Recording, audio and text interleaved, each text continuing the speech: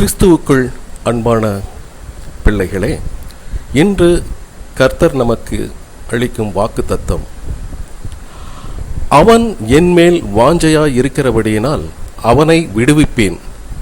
சங்கீதம் 91:14. தேவனின் அற்புத வாக்குத்தத்தம். வேதாகம வசனம் சங்கீதம் 91:14. அவன் என்மேல் வாஞ்சையாய் இருக்கிறபடியினால் அவனை விடுவிப்பேன். என் நாமத்தை அறிந்திருக்கிறபடியினால் அவனை உயர்ந்த அடைக்கலத்தில் வைப்பேன். ஆம், அன்பான தேவனுடைய பிள்ளைகளே, வாழ்க்கையில் ஒவ்வொருவரும் ஏதோ ஒரு கட்டத்தில் சிக்கிக் கொள்கிறோம். சிலர் கடனில் சிக்கி இருக்கிறார்கள், சிலர் நோயில் சிக்கி இருக்கிறார்கள், சிலர் குடும்ப பிரச்சனைகளில் தவிக்கிறார்கள், சிலர் மன அழுத்தத்தில் வாழ்கிறார்கள், சிலர் எதிர்காலம் என்ன ஆகுமோ என்று பயத்தில் இருக்கிறார்கள். அப்படிப்பட்ட நேரத்தில் தேவன் நமக்காக ஒரு அற்புதமான வாக்குத்தத்தத்தை தருகிறார். அவன் என்மேல் வாஞ்சையாய் இருக்கிறபடியினால் அவனை விடுவிப்பேன். என் நாமத்தை அறிந்திருக்கிறபடியினால் அவனை உயர்ந்த அடைக்கலத்திலே வைப்பேன். இந்த தேவ வசனம் நமக்கு இரண்டு பெரிய உண்மைகளை கற்றுக் கொடுக்கிறது. ஒன்று, தேவனை நேசிப்பவரை தேவன் விடுவிக்கிறார். இரண்டு, தேவனை உண்மையாக அறிந்தவரை தேவன் பாதுகாப்பான உயர்ந்த நிலைக்கு உயர்த்துகிறார். இன்று இந்த வசனத்தின் ஆழமான அர்த்தத்தை நாம் சிந்திப்போம். அவன் என்மேல் வாஞ்சையாய் இருக்கிறபடியினால், வாஞ்சை என்பது வெறும் விருப்பம் மட்டுமல்ல, இது முழு இருதயத்தோடு தேவனை நேசிப்பதை குறிக்கிறது. பலர் தேவனை தேடுவது ஆசீர்வாதத்திற்காக. ஆனால் இந்த வசனத்தில் தேவன் ஆசீர்வாதத்தை அல்ல, அவரையே விரும்புகிற மனிதனை பற்றி பேசுகிறார். ஒரு குழந்தை தன் தந்தையை நேசிப்பது போல, ஒரு மான் தண்ணீரை தேடுவது போல, நமது ஆத்துமாவும் தேவனை தேட வேண்டும். அப்படிப்பட்ட வாஞ்சை விருப்பம் உள்ளவர்களை தேவன் ஒருபோதும் கைவிட மாட்டார். தேவன் ஏன் விடுவிக்கிறார்? அதற்கு தேவனை சொல்கிறார், அவனை விடுவிப்பேன். எதிலிருந்து? பயத்திலிருந்து, பாவத்தின் அடிமைத்தனத்திலிருந்து, சாத்தானின் தந்திரங்களிலிருந்து, மன வேதனையிலிருந்து, நம்பிக்கையின்மையிலிருந்து. விடுதலை என்பது பிரச்சனை இல்லாத வாழ்க்கை அல்லங்க.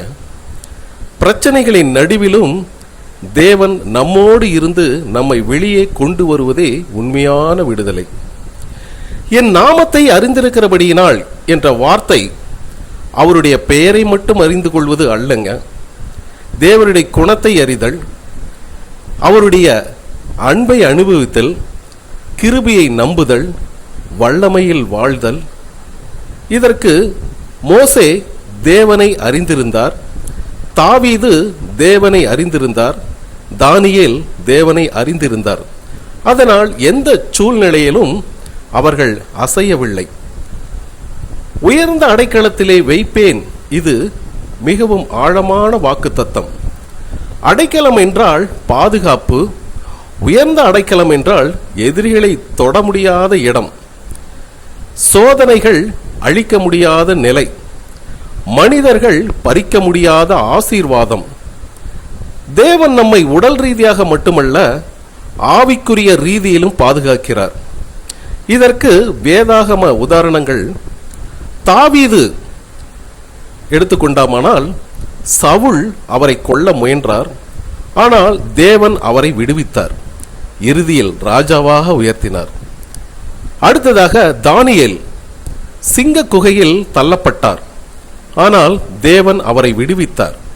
அவரை அவமானப்படுத்த நினைத்தவர்கள் தோற்றார்கள். யோசேப்பு அடிமையாக விற்கப்பட்டார், சிறையில் அடைக்கப்பட்டார், ஆனால் தேவன் அவரை எகிப்தின் உயர்ந்த பிரதமராக உயர்த்தினார். தேவன் உயர்த்தும் போது யாராலும் தடுக்க முடியாது.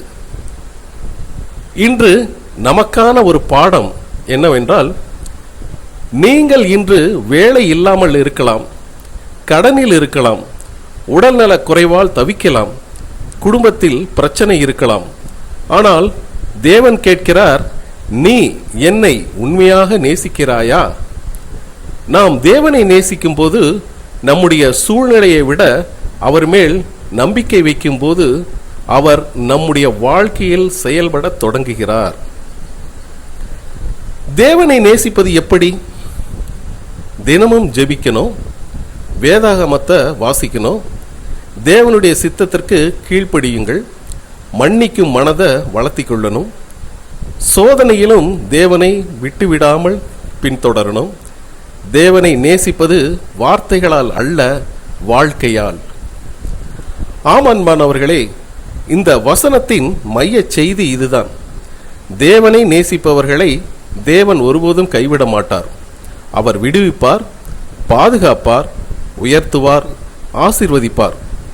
நீங்கள் இன்று எந்த சூழ்நிலையில் இருந்தாலும் தேவனை முழு இருதயத்தோடு தேடுங்கள், அவருடைய நாமத்தை நம்புங்கள், அவருடைய அன்பில் நிலைத்திருங்கள். அப்போது சங்கீதம் 91:14 உங்கள் வாழ்க்கையிலும் நிறைவேறும். அவன் என் மேல் வாஞ்சையாய் இருக்கிறபடியினால் அவனை விடுவிப்பேன், என் நாமத்தை அறிந்திருக்கிறபடியினால் அவனை உயர்ந்த அடைக்கலத்திலே வைப்பேன். இன்று இந்த வாக்கு தத்தத்தை விசுவாசத்தோடு ஏற்றுக்கொள்ளுங்கள். கர்த்தர் உங்கள் வாழ்க்கையில் விடுதலையையும் பாதுகாப்பையும் உயர்வையும் அருள்வாராக. ஆமேன்.